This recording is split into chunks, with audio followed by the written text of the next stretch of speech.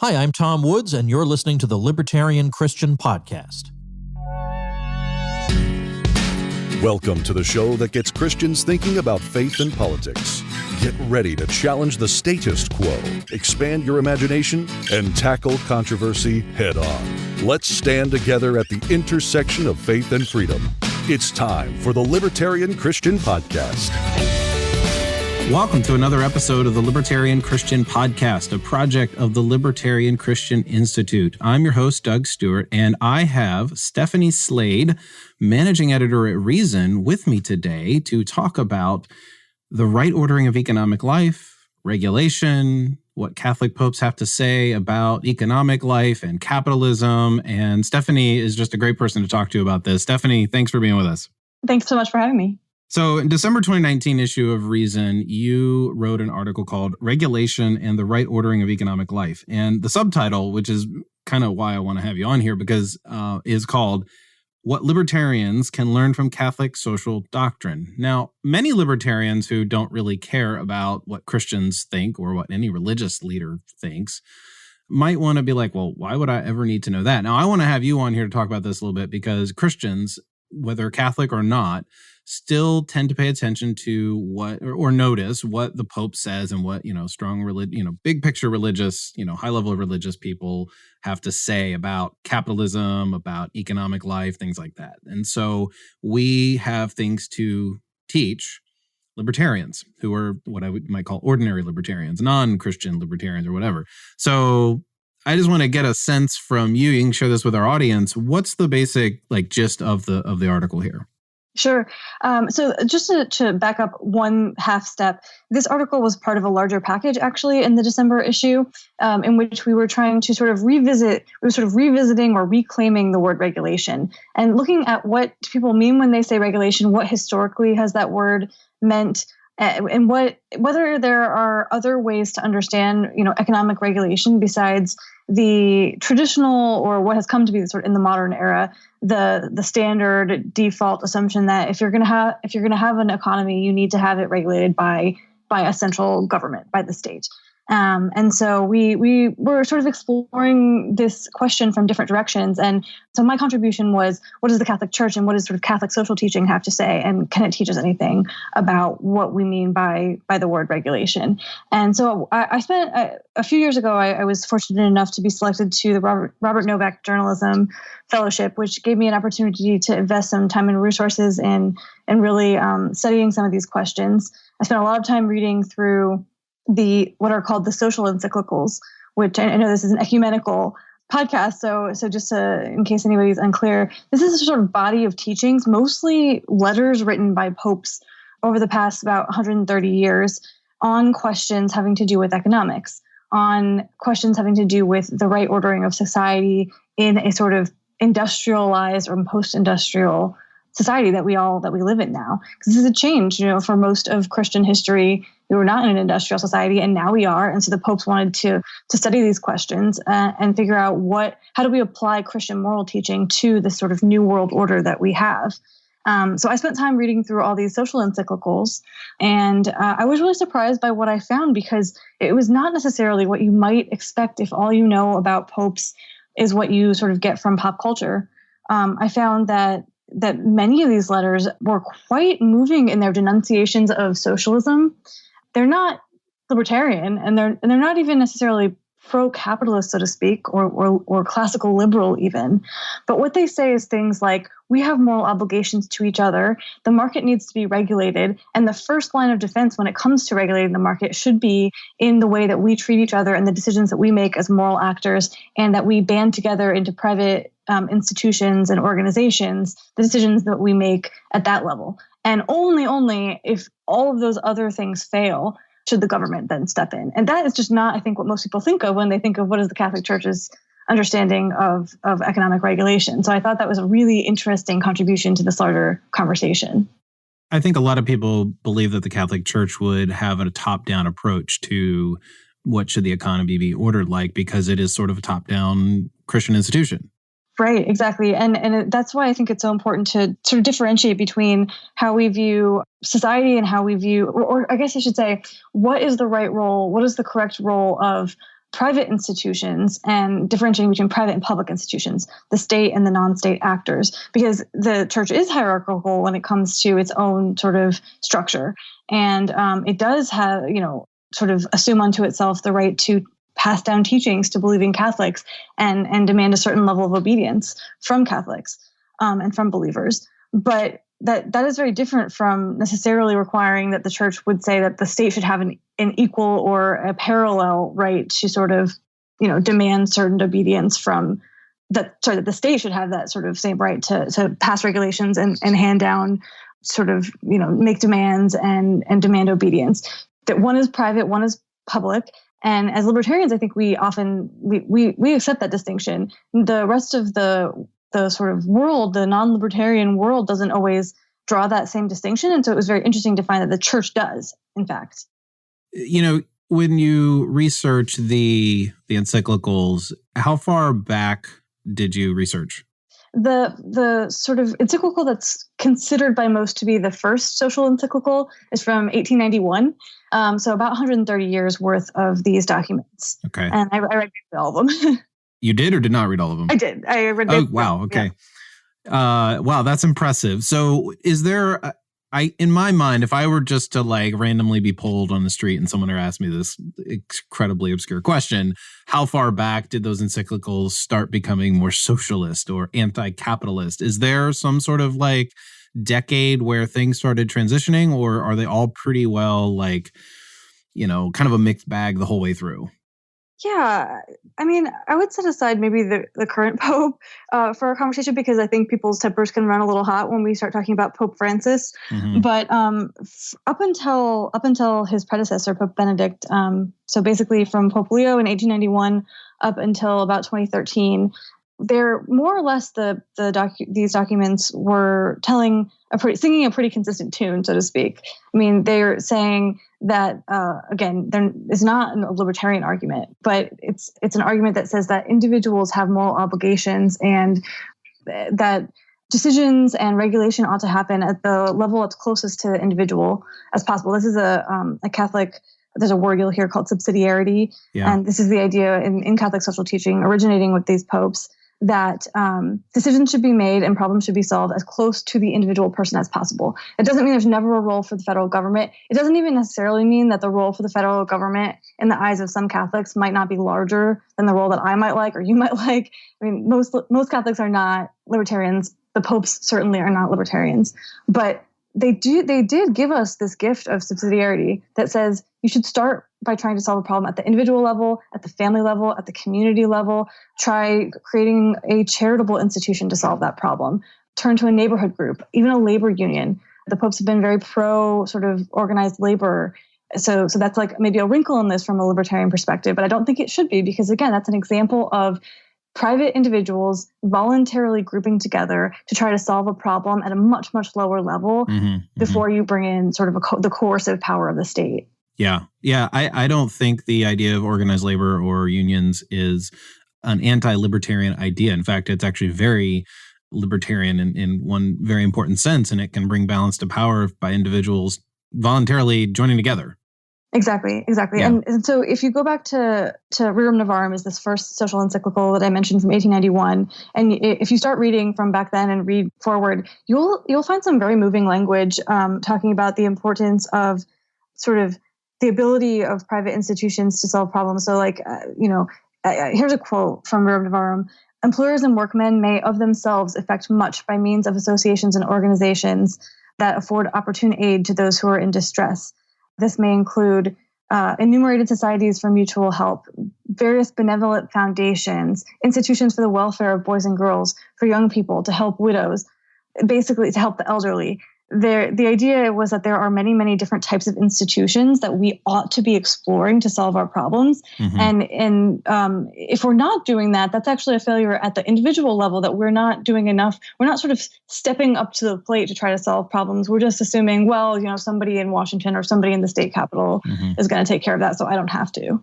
Yeah. Well, and it seems that there is this sort of ethical obligation, or I guess like a discernment that needs to be talked about. And I think the Catholic Church, of course, and every Christian should be thinking about what is my ethical maybe obligation or even responsibility for what happens around me, and for, watching out for evil and injustice, and what is the right way to combat the things that we think are, societal or even just individual ills in society. And so I wonder, it seems like what you're doing here partly in this article is explaining that libertarians have something to learn from this methodology, for lack of a better word in my brain right now, this is a way for us to have a check on the market, and it doesn't have to be the state. That's right. So the idea is that every time you make a sort of decision when you're a consumer as a store trying to decide whether to buy this product or that product, or whether to go to this store or to order something online, whether to spend your money in this way or save it in that way. And also when you're in participating in the marketplace in other ways, if you're an employer and you're trying to decide, do I want to hire another person, or do I want to give the person I already have on my payroll a raise, or whatever? We're all constantly making millions of choices every day within the marketplace.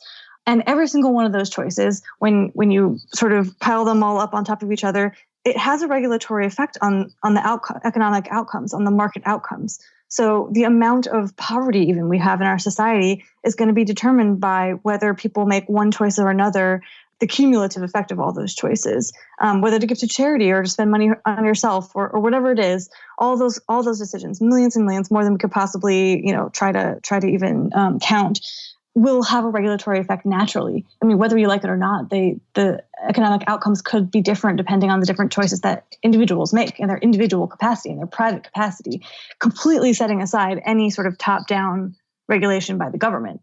And so that gives us a lot of power, actually. We are all in our own way regulating market outcomes. So that's like a very important, it's a counter argument to the idea that if the market needs to be regulated, then therefore it must be done by government. Actually, it's impossible to not have it be done in many, many other ways as well all the time. Yeah, I think that's a major point that libertarians, especially libertarian Christians, can make, is that there are multiple checks on the state. And I think it's our duty to kind of point this out, that like, really, you've got one, you want to ask people, be like, really, that's the only thing you can think of that can help, thwart against, greed and injustice of all kinds. Yeah. And so to actually finish the question you asked me a moment ago about what can maybe non-Christian libertarians learn from this, what I think is important, it's just a helpful reminder, is that just because something is a market outcome doesn't mean, just because two things are market outcomes doesn't mean they're necessarily morally created equal, right? You could have one market outcome that has nothing to do with government interference in the marketplace, but because the population in that society is moral and believes itself to have moral obligations to each other and chooses to spend its resources in one way, the outcomes will look different than in another society, hypothetical, the sort of counterfactual society where you have norms of selfishness and selfish disregard for other people and profit seeking above all. I'm not talking about, in either of these cases, governments interfering in the markets. I'm talking about free people making different choices and therefore ending up with different market outcomes. And we as libertarians shouldn't feel like we have to say, well, that society and that society are equally valid or equally good. We're allowed to say, no, actually, a society in which people treat each other well is a better society. And that's separate from the question of whether there was government involvement. Yeah, right. Insofar as it relates to what the state is doing, well, that in and of itself might be the right approach. But in terms of like the society itself, there's more to it than just whether or not the state is meddling. Right. And I think it weakens the argument that a sort of statist type person might make for why you need to have top-down government regulation if the marketplace is being well regulated by moral actors already, right? So the better we do our job at the individual level and at the sort of civil society level, then the harder we make it for people who believe that the only way to get good outcomes is to impose them top down. Yeah. So, lately it's pretty clear if you pay attention to the news at all and what people are complaining about around society, whether legitimately or not, is the whole idea of inequality and wealth and power. And, like you read articles like, the top 4 people have more wealth than God, or something like that. No, it's more like the top 10 have, more wealth, control more of the economy, depending on how, bombastic they want their article headlines to be, than the rest of the 90, than 4 billion people or something like that. So the popes have not been silent on the issue of vast amounts of wealth. And it seems as though the assumption is that there's this sort of like exploitation going on, with that. Do you have any thoughts on why popes tend to go after those with lots of money, or why anybody in that sort of critique does? Yeah, well, I don't want to be too, I don't want to be too critical of the impulse that says, it is possible for some people to have an obscene amount of money, and that seems sort of wrong somehow. I think it strikes people at a gut level as something is wrong if there's that much inequality, if some people are that much richer than others, while some people are that rich while other people are suffering or going without. And in our world, there still are lots and lots of people who are struggling and suffering under poverty, right? So there, again, at a gut level, there's an understandable reaction that people have. Mm-hmm. But what I would begin by pointing out that many of the richest people on earth seem to actually share that intuition and have reacted voluntarily to it by making, giving pledges. I will give away at least half of my wealth. Bill Gates is the famous example, but he has recruited like many of his fellow, multi-billionaires to make similar pledges where they say like, we will give away most of what we have, in fact, because it seems wrong that we should just hoard it and keep it for ourselves when there are other ways that money could be spent that would do more good in the world. So they're voluntarily making that choice. And that's sort of what I'm pointing out when I say, if you caricature what a market outcome is and you assume that it means everybody is a sort of automaton who only seeks as much money from me as possible, then you're missing actually the reality, the sort of the much richer world that we live in which we are all humans. We all care about each other. We all care about many, many other things other than just how much money can I hoard for myself. And our choices every single day reflect that fact. Hey everybody, Bob Murphy here. Wanted to let you know that on April 20th of 2020, I am going to be debating at the Soho Forum in New York City, and the topic is going to be whether Christians should support free market capitalism. So of course, I'm going to be in the affirmative. My opponent, Tony Campola, is going to be in the negative. If you're interested, I encourage you to get tickets sooner rather than later. Go to libertarianchristians.com/debate and use the promo code LCI25, all lowercase, in order to get 25% off the ticket price. So again, that's libertarianchristians.com/debate. Use promo code LCI25, all lowercase. Hope to see you there. What is the problem with using the phrase unbridled capitalism? The popes tend to use that a lot when they, or I don't want to just like pick on popes in this episode here, but like people talk about the idea of unbridled or unfettered capitalism. And there seems to be a problem with that phrase for people like you and me. Right. So the problem with that phrase is that there's no such thing as an unbridled marketplace because of what we've been talking about. Because every time an individual actor within the marketplace makes a decision about how to spend his or her resources, time, money, whatever the case may be, every decision we make brings in all of our values. All of our values are sort of incorporated into that decision. When I decide whether I want to buy another pair of shoes or donate money to Catholic charities, I'm bringing my values into it, and the choice I make is affecting the market outcome. And the market outcome will be different depending on which values I happen to have. So the marketplace is necessarily always regulated in many ways. It's bridled, so to speak. The connotation that the phrase unbridled capitalism has is one in which everybody is like a automaton, a machine that can only take all the inputs, process. The computer crunches the numbers. I process all the options available to me, and I make whatever choice is going to be best for my personal monetary bottom line. That's not how humans work. We are not machines, right? Like that's just not how anybody operates. That's not to say that money isn't important in it. It isn't a motivating factor for many people. That's also not a bad thing. people have to support their families, and to be self-sufficient is a good thing, in fact. So that's certainly one of the considerations that we are all bringing into our moral and our personal calculus. But it's not the only one. I mean, nothing would make sense about our world if we actually believe that to be true. Yeah. Well, so your article talks, you have something to say for people who are sort of fans of big government, or maybe they don't like that phrase because they won't say, oh, I don't want big government, I want smart government or whatever. People who are kind of run to the state like it's their first impulse to go to a government institution here, we're going to resolve this problem. And because you were talking about that earlier, it's like, well, there's other ways to regulate. And then, of course, you've also got something to say to the libertarians who say that no, culture matters too. Like there's more to it than just whether or not the state's involved. So I want to shift from that question to actually a different article that you wrote last year. And that has to do with conservative nationalism. So what you say in the article is that there's this new conservative nationalism, and they're in favor of government. Stephanie, I thought the conservatives were not in favor of more government to solve our problems.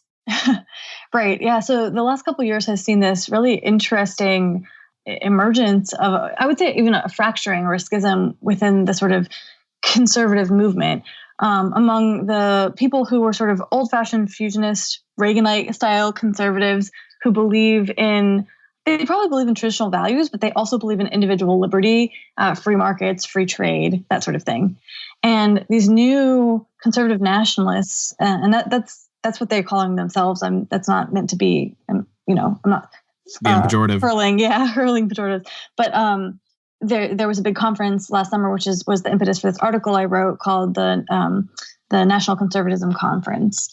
And these are conservative intellectuals who are saying, you know what, your libertarianism, we tried it and it failed.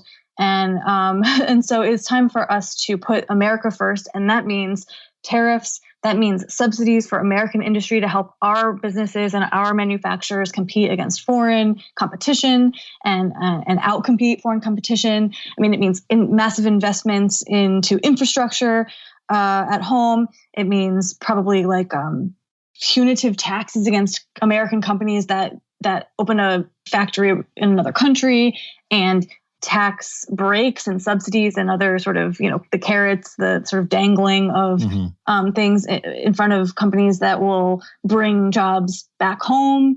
And also a big part of this just seems to also involve more strict socially conservative laws that try to restore the sort of Judeo-Christian character of our country. And so this is a really abrupt change because, as I argue in the piece, this is a rejection of the sort of classical liberalism that has for decades been an integral part of the conservative coalition was respect for individual freedom and free trade and free markets. And this is saying nope, no more of that.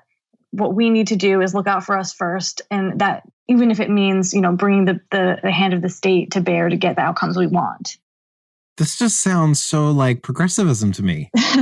It is. I mean, in a sense, it is conservative progressivism, which sounds like an oxymoron. Many of the words and labels and dichotomies that we have grown used to have sort of stopped making a lot of sense lately. Because, I, for example, find that the only way to really properly capture this divide is over the word liberalism. Some of the conservatives are liberals. That's like me. I'm a liberal conservative, right? I'm somebody who wants to respect individual liberty, and the illiberal or post-liberal conservatives who say, liberalism and individual autonomy is overrated. What matters is national strength and unity. So yeah, the language kind of falls apart, and our ability to communicate about these things is being tried, I think, right now. It is a sort of progressivism. It is a sort of intentional embracing of a sort of collectivist big government, a reorienting of society that in a way that says we're going to put the collective above the individual. They're pretty explicit about this. This is what they want. This is what they believe.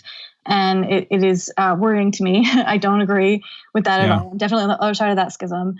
But it's a thing that's happening. And part of why it's happening is that Donald Trump seems to represent, he openly identifies as a nationalist, right? He says that repeatedly. So they have this sort of standard bearer who is currently holding power. And so I don't think it's a thing that we can ignore. Yeah, well, it's interesting. Your article really doesn't talk about Trump, and it doesn't need to. And that's what I think is notable, because it's almost like it's a little bit more sophisticated version of America First. It's clearly, about being America first, but like it has this appearance or sort of veneer of professional or academic quality to it. Like it's not just, getting up there and rah America. It's people saying, well, that's been tried and, we think we have a better way forward. Like it's a little bit more thoughtful. Yeah, absolutely. These are smart people. And that's why, again, another reason why we have to take it seriously. I think what's happening, though, is that they're somewhat retroactively trying to construct a sort of intellectual scaffolding around the Trump phenomenon. So Trump got elected. Nobody saw that coming. Nobody saw that coming. And he got elected on this sort of very America first, make America great again platform. And so now these conservative intellectuals, some of them, the people on sort of that side of the divide, have said, okay, now we need to build something around that movement that will allow it to outlive Trump, so that we can keep the momentum that he represents going and accomplish what we want to accomplish. So in some cases, I think that's somewhat opportunistic. A lot of these people were on the other side arguing precisely the opposite of what they're arguing now before Trump came on the scene. And so, but some of them I think are true believers in what they're arguing. So, Stephanie, one of the podcasts that I also listen to is the Reason Editors Roundtable. And from time to time, you were brought on that group on their weekly episode to talk about the state of polls and what is America thinking about, the upcoming election. So we're releasing this episode in February, so we're clearly way ahead of, the Democrats haven't even picked out who they have. Like, what's the general state of like where things are heading, in the election for 2020? Yeah, it's funny. You're right that I'm often brought onto when I am brought onto the Reason Editors podcast, it's often my role is to remind everybody repeatedly that they should be reluctant to put too much stock in what the polls say because it's so early. But I've been making that point for like the last 3 years almost. It's now. You have to keep making it earlier and earlier because these elections. We're already probably in the 24 election. Pretty next week, right? Yeah, probably before even the polls close for 2020. We're already going to be, doing survey research on who's going to be the nominee in 4 years. But what I want to say is that although I think it is very important to keep in mind that the polls cannot be trusted. The further out you go from the actual day of voting, the less predictive capacity the polls have. That's what I want to say. Now we are in 2020. It is actually becoming a little bit more reasonable to start to look at the polls and to draw some conclusions and to maybe even make some predictions based on what they say. So it's not crazy to look at like where, for example, does the Real Clear Politics polling average stand right now? That is not to say though that you should put too much stock in it because there's all kinds of problems with, for one thing, usually the polling averages are national polls. And of course, the voting happens at a state level, right? Like the primaries are statewide primaries. The general election, you're actually electing, electoral college delegates. So anything that is just like averaging nationwide polling is going to be just a very broad strokes kind of snapshot of where the country stands and is not going to be super, super effective at predicting outcomes. So just with all those caveats in place, it's not crazy to start looking at the polls now. I think the fact that Joe Biden is still leading is, it tells us something. It's not surprising. It's not surprising to me at all that Biden and Sanders are the two front runners right now for the Democratic nomination because they are the two people that we would expect to have the highest name recognition. A former vice president and the runner-up for the 2016 Democratic nomination are the two people that most Americans are most likely to have heard of on the Democratic side. So right now, as people are just starting to tune in to the 2020 election, they're starting to pay attention, to start maybe watching the debates, thinking about who they're going to vote for when their state's primary rolls around. The people who have highest name recognition are going to have an edge. So that it makes sense to me that Biden and Sanders would be leading. Yeah. This is kind of like a wacky theory here, but I've noticed that maybe this is only true of presidential elections, but I noticed that people who run on their first name don't get elected, like Rand, Bernie, Hillary.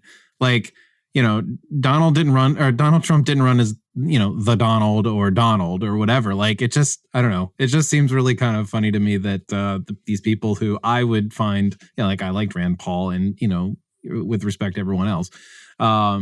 But all the first name people didn't win. Is there any stock in that? In terms of name recognition, I guess that's why I'm bringing that up. Yeah, I don't know. I guess I would be slow to draw too many conclusions, in part because in previous, going back decades, I don't remember a whole lot of people who ran on their first names. So the sort of, our sample size here is small and is concentrated around the last few election cycles. So I don't know. I don't know about that. Bernie is pretty well known as Bernie, so that maybe, depending on how this election goes for him, may end up being a countervailing point to your theory. Well, we'll see. I don't know. I'm not sure I want to be disproven with Bernie Sanders, at least. No. Oh man. Well, Stephanie, I appreciate you coming on and talking with us about these topics. And we'll look forward to having you on at some point. If you want to listen to Stephanie more, listen to the Reason Editors podcast, because Stephanie shows up there. And I'm guessing you'll show up there a little bit more since we're getting closer and closer to the next election. So, and you can check her out also on Reason.com. Yeah. And since you brought up the article I wrote last year about nationalism, a sneak preview for your listeners, the cover story of next month's issue of Reason is actually going to be a longer piece by me about the sort of new conservative nationalist movement. So keep an eye out for that. Excellent. Thank you. All right, Stephanie, thanks for joining us. Thank you. Thank you for listening to another episode of the Libertarian Christian Podcast. If you liked today's episode, we encourage you to rate us on Apple Podcasts to help expand our audience. If you want to reach out to us, email us at podcast@libertarianchristians.com. You can also reach us at LCI Official on Twitter. And of course, we are on Facebook and have an active group you are welcome to join. Thanks for listening, and we'll see you next time. The Libertarian Christian Podcast is a project of the Libertarian Christian Institute, a registered 501c3 nonprofit. If you'd like to find out more about LCI, visit us on the web at libertarianchristians.com. The voiceovers are by Matt Bellis and Catherine Williams. As of episode 115, our audio production is provided by Podsworth Media. Check them out at podsworth.com.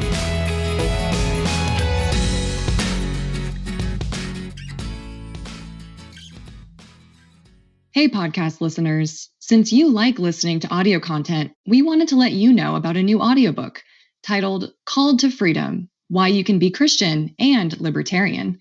It's read by me, Jacqueline Isaacs, one of the contributing authors of the book, and every download helps to support the Libertarian Christian Institute. To learn more and to download the audiobook today, go to calltofreedombook.com.